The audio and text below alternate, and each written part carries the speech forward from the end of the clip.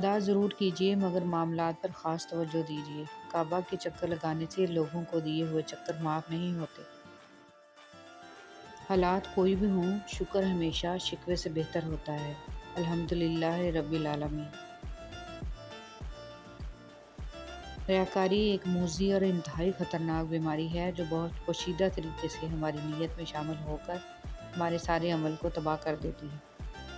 اگر آپ کو روکنے ٹوکنے والا، ڈانٹ ڈپٹ کرنے والا اور آپ کی اصلاح کرنے والا کوئی موجود ہے تو اللہ کا شکر ادا کریں، کیونکہ جس باغ کا مالی نہ ہو وہ بہت جلد اجڑ جاتا ہے۔ اگر آپ 40 دن تک سچ بولنے لگ جائیں تو 40 دن کے بعد جو کہیں گے وہ پورا ہو جائے گا، کیونکہ آپ کی زبان سچ ہو گئی ہے، اس لیے جو کہو گے وہ سچ ہو جائے گا۔ ہم دنیا کو جنت بنانا چاہتے ہیں جو ہمارے لیے کبھی بھی ممکن نہیں ہو سکتا، کیونکہ حدیث شریف میں ہے، دنیا مومن کے لیے قید خانہ اور کافر کے لیے جنت ہے۔ قید خانے میں سہولیات کم اور مشکلات زیادہ ہوتی ہیں۔ جناب اگر دل پہ پتھر نہ رکھیں تو لوگ پاؤں رکھ جاتے ہیں، اور اتنی بے دردی سے کہ نہ انہیں خدا یاد رہتا ہے نہ اپنا انسان ہونا۔ نہ منہ پر بولنے والے بھی برداشت کی آخری حد تک پہنچ کر بولتے ہیں۔ رویوں کا شدید رد عمل انہیں بولنے پر مجبور کر دیتا ہے۔ لہجوں کی تلخی ان کی پیدا کردہ نہیں ہوتی، بلکہ اس کے پیچھے نفرتوں کی انتہا ہوتی ہے۔ جو اکڑتے ہیں وہ ٹوٹ جاتے ہیں، جو جھکتے ہیں وہ پھر کھڑے ہو جاتے ہیں۔ ٹینشن، ڈپریشن، بے چینی یہ سب تب ہوتا ہے جب ہم خود سے زیادہ دوسروں کو خوش کرنے کی پوری کوشش کرتے ہیں، پر وہ پھر بھی ہم کو برا ہی سمجھتے ہیں۔ یہ جو مشکل آپ پر آئی ہے نا، سنو یہ اپنا حل ساتھ لے کر آئی ہے۔ بند دروازوں کے آگے رونے سے اچھا ہے کہ آپ سجدے میں اس رب کے سامنے رو لو، کیونکہ سجدے میں رونے والوں پر رب کوئی دروازہ بند نہیں رکھتا۔ کچھ آزمائشیں اور مشکلات ایسی بھی ہوتی ہیں جن کے ختم ہونے پر انسان کو احساس ہوتا ہے کہ زحمت نہیں بلکہ رحمت کا باعث تھی۔ شخص بن کر نہیں، شخصیت بن کر رہو۔ شخص تو خاک ہو جاتے ہیں اور شخصیت ہمیشہ زندہ رہتی ہے۔ بیٹی دشمن کی بھی ہو تو اس کے اچھے نصیب کی دعا کرو۔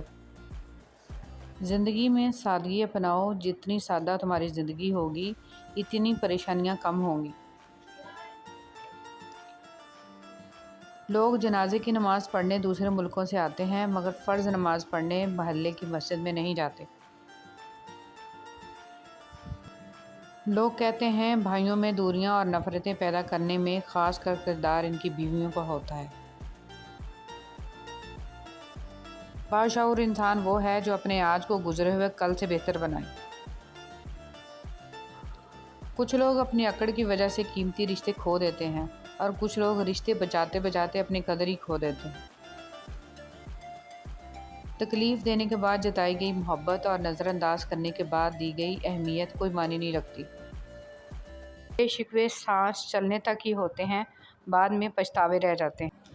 جب میں نے دیکھ لیا کہ سب رشتہ دار غرض سے وابستہ ہیں تو مجھے اپنے رب کی طرف پلٹنے میں آسانی ہو گئی۔ قرآن گیٹ مکہ مکرمہ۔ جدہ سے مکہ مکرمہ کے حدود میں داخل ہونے والا وہ مبارک راستہ جس سے صرف آپ صلی اللہ علیہ وسلم کا کلمہ پڑھنے والا ہی داخل ہوتے ہیں۔ اللہ ہم سب کو اس دروازے سے داخل ہونے کی توفیق عطا فرمائے، آمین یا رب العالمین۔ ایک دوسرے کی بات کرنے کی بجائے ایک دوسرے سے بات کیجیے، زندگی آسان بن جائے گی۔ وہ 313 تھے تو لرزتا تھا زمانہ، آج ہم کروڑوں ہیں تو کرتے ہیں غلامی۔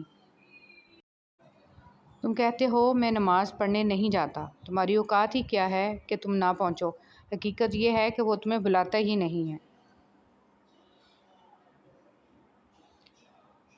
اختلاف پر صبر کرنا اور دوسروں کو برداشت کرنا ہی اخلاق ہے۔ اچھا انسان وہ ہے جو کسی کا دیا ہوا دکھ تو بھلا دے مگر کسی کی دی ہوئی محبت کبھی نہ بھلائے۔ اپنے بزرگوں کے ساتھ بدسلوکی سے پیش آتے ہوئے یہ بات نہیں بھولنا کہ تم پر بھی بڑھاپا آنا ہے۔ اخلاق ایک دکان ہے اور زبان اس کا تالا ہے۔ تالا کھلتا ہے تو معلوم ہوتا ہے کہ دکان سونے کی ہے یا کوئلے کی۔